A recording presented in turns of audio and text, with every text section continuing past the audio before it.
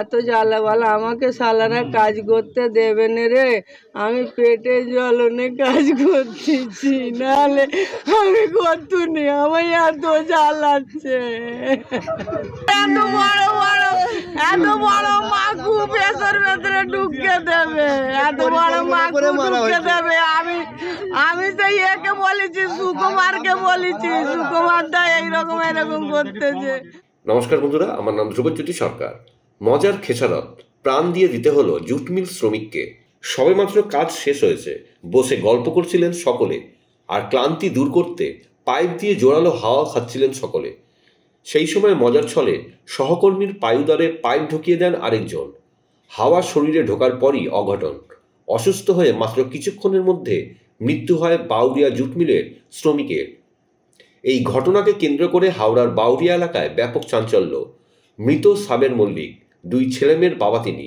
মেয়ে চলতি বছরের মাধ্যমিক পরীক্ষার্থী, ছেলে 7ম শ্রেণীর পড়ুয়া। সোমবার বাউরিয়া জুট মিলে মর্নিং শিফটে কাজে গিয়েছিলেন। ঘড়ির কাঁটায় সকাল 10:30 হবে। সেই সময় কয়েকজন শ্রমিক বসে গল্পগুজব করছিলেন। দলে ছিলেন সাবের মল্লিকও, পরনে লুঙ্গি ছিল। অভিযোগ, আচমকা এক সহকর্মী সাবেরের লুঙ্গি খোলার চেষ্টা করেন। মজার ছলে পায়ুদারে ওই পাইপ ঢুকিয়ে দেয়। জোরালো হাওয়া মিনিট খানেক শরীরে যাওয়ার পরই অস্বস্তিতে ছিটকে অন্যত্র চলে যান সাবের। পেটে তীব্র যন্ত্রণা হতে শুরু করে। তাকে প্রথমে উলুবেড়িয়া ইএসআই হাসপাতালে নিয়ে যাওয়া হয়। শারীরিক অবস্থার অবনতি হওয়ায় তাকে উলুবেড়িয়া হাসপাতালে স্থানান্তরিত করা হয়।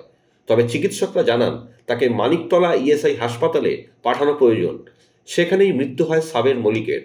মজার খেসারত, প্রাণ দিয়ে দিতে হলো ওই জুট মিল শ্রমিককে। তার মৃত্যুতে ভেঙে পড়েছে গোটা পরিবার। ঘরে ছোট ছোট সন্তান। একমাত্র রোজগারের সদস্যের মৃত্যুতে শোকস্তব্ধ প্রায় সকলে। কিভাবে পেট চলবে এই চিন্তা রাতের ঘুম কেটেছে সকলের। এই ঘটনায় পরিবারের তরফে থানায় অভিযোগ দায়ের হয়নি, তবে জুট মিল কর্তৃপক্ষের তরফে থানায় অভিযোগ দায়ের করা হয়েছে। বলে আমি টিফিনে বেরিয়েছিলাম, আমাকে ওরা কি করলো, ধরে নিয়ে আমাকে পাইপ দিয়ে এরম করে দিল।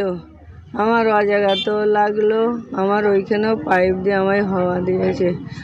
আমি বেরিয়ে চলে গেলুন রে, আমাকে আবার টেনে নিয়ে এলো, টেনে নিয়ে এসে আবার দিল। এই কত দিনই, এই 1 সপ্তাহ খানে কি ও বলতেছে এমন লাড্ডু ছুঁড়ে এইখানে মারবে।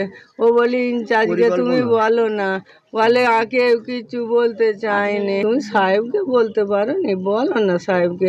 এত জ্বালা বলা, আমাকে শালারা কাজ করতে দেবে না রে, আমি পেটে জ্বলনে কাজ করতেছি, নাহলে আমি করতুনি, আমায় এত জ্বালাচ্ছে। এত বড় মাকু পেছর ভেতরে ঢুকে দেবে, এত বড় মাকু ঢুকে দেবে। আমি সেই একে বলেছি, সুকুমারকে বলেছি, সুকুমার দা এইরকম এরকম করতেছে। বন্ধুরা, ভিডিওটি ভালো লাগলে দয়া করে লাইক শেয়ার করে দেবেন, আমাদের পেজটা ফলো করে নেবেন, আর আপনার মতামত কমেন্ট করে অবশ্যই জানান। ধন্যবাদ।